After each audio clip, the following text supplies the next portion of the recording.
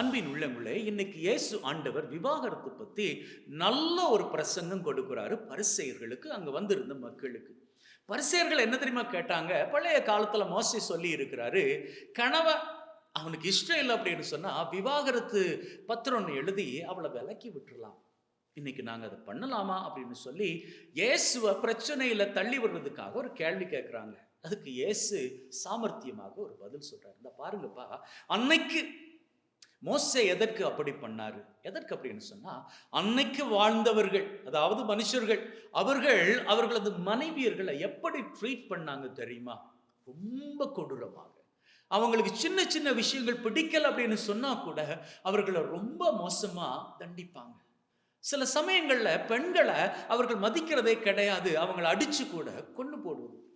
இதனால பெண்கள் அதிகமாக வதைக்கப்படுவதால அதை பார்க்க முடியாம தான் மோசே அன்னைக்கு ஒரு சட்டத்தை கொண்டு வர்றாரு. இதை பாருங்கப்பா, இந்த ஆணாதிக்க சமூகத்துல நீங்க பெண்களை மதிக்காம இருக்கிறீங்க. சரி, ஒரு வேளையில உங்களுக்கு அவளை பிடிக்கலையா, எதுக்கு அவளை வேணா அடிச்சு வதைச்சு கொள்றீங்க? வேணாமே.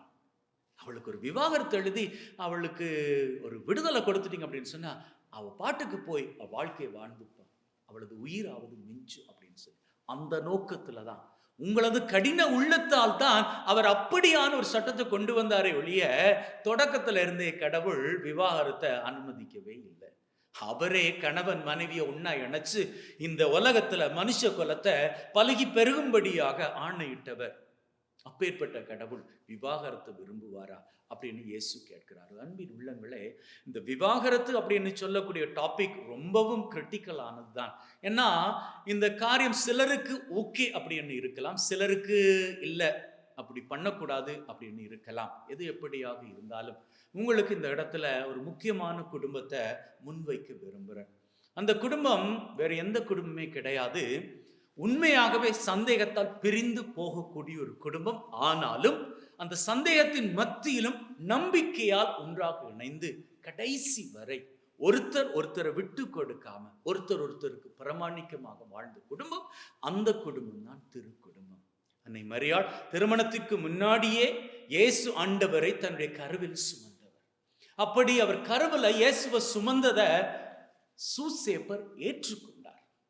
அப்படி அவர் ஏற்றுக்கொள்ளாமல் அன்னை மரியாள அன்னைக்கு அவர் விலக்கி இருந்தால் அன்னைக்கே நாம விவாகரத்து கரெக்ட் அப்படின்னு சொல்லி வாதாடி இருக்கலாம்.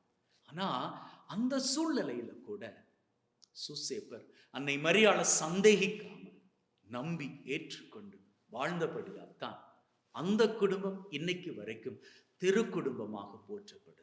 நம்முடைய குடும்பங்களும் திருக்குடும்பங்களாக போற்றப்படணும் அப்படின்னு சொன்னா, என்னதான் குடும்பத்துல பிரச்சனைகள் வந்தாலும் ஒருத்தரை அட்ஜஸ்ட் பண்ணிக்கிட்டு அல்ல, மாறாக ஒருத்தர் மீது அன்பு காட்டி பாசத்தை வெளிப்படுத்தி கூடுமான வரைக்கும் உங்களால் எந்த அளவுக்கு அடுத்தவரை அண்டர்ஸ்டாண்ட் பண்ணி கொண்டு வாழ முடியுமோ அந்த அளவுக்கு வாழ்ந்து கொண்டு, முடியாத கட்டத்துல அவர்களை விட்டு விலகி போகாம அவர்கள் ஆண்டவர்கிட்ட ஒப்பு கொடுத்து ஜெபித்து ஆண்டவர் அவர்கள் மீது ஒரு மாற்றத்தை கொடுக்கணும் அப்படின்னு சொல்லி நீங்க வேண்டி நிற்பீர்களாக இருந்தால், உங்களது வாழ்க்கையில நீங்க பிரிந்து போகின்ற நிலை வந்தாலும் கூட ஆண்டவர் உங்கள் மத்தியில் நின்று, ஏன்னா அவர்தான் திருமணத்துல அந்த அருட்சாதனத்துல உங்கள் நடுவில் நின்றவர்.